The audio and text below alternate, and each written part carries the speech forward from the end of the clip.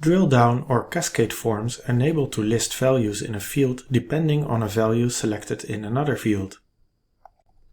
Here we have a layer named Land Use that has fields such as land use, type, plant type. Values that can be filled in these fields depend on the previous choices. If we select farmland as land use, the type field drop-down menu offers options such as cereals, oil plants or vegetables. Subsequently, the plant type field has only options that are relevant for the selected type of land use. Let's first explore the structure of value tables that are used to set up drill-down forms. The land use field will use the plant habitat value table, which has the following fields: FID, code, and description.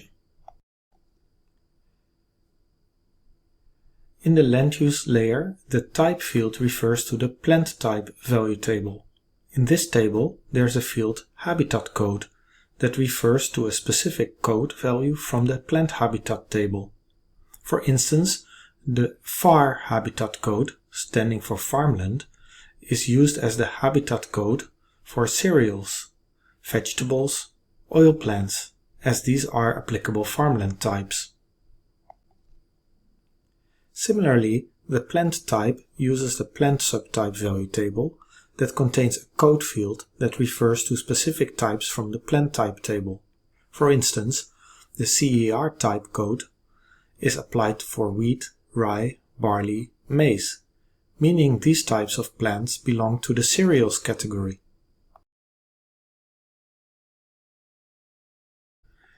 Now let's set this up in the layer properties for the land use layer and go to the Attributes Form tab. Here we'll first add Habitat to the form layout, and we change the widget type from Text Edit to Value Relation. For the layer, we choose Plant Habitat. As key column, we choose Code, and Value column contains the alias or the description, which is DSC. And we want to order these choices by value. Next we'll work on the type field and drag it to the form layout. Change the widget type from Text Edit to Value Relation. It needs to use the layer Plant Type with as a key column the code and as value column the description. Now scroll down to set the filter expression.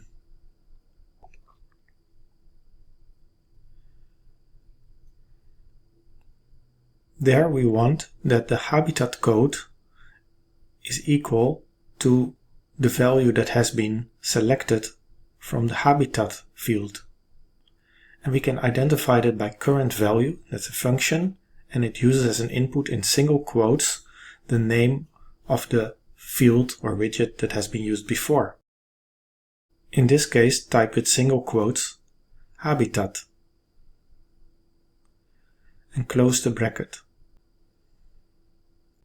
So in this way, the values of habitat code are restricted to the choice of habitat. In a similar way, we add subtype, which is the plant type. Use a value relation. As layer, choose plant subtype. For key, choose FID. And for value column, choose species. Now we want to only show the species related on the choice of the type. Therefore we create the following expression: code equals current value of type. Now let's see how this looks like in the Mergin Maps app.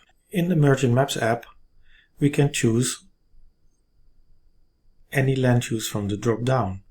If I choose farmland, I can only see cereals, vegetables or oil plants. If I choose orchard as land use, I can choose fruit trees, berries or nut trees. When I continue with the plant type, I'm also restricted by the choices for the trees. For cereals, I can choose for plant type the different types of cereals.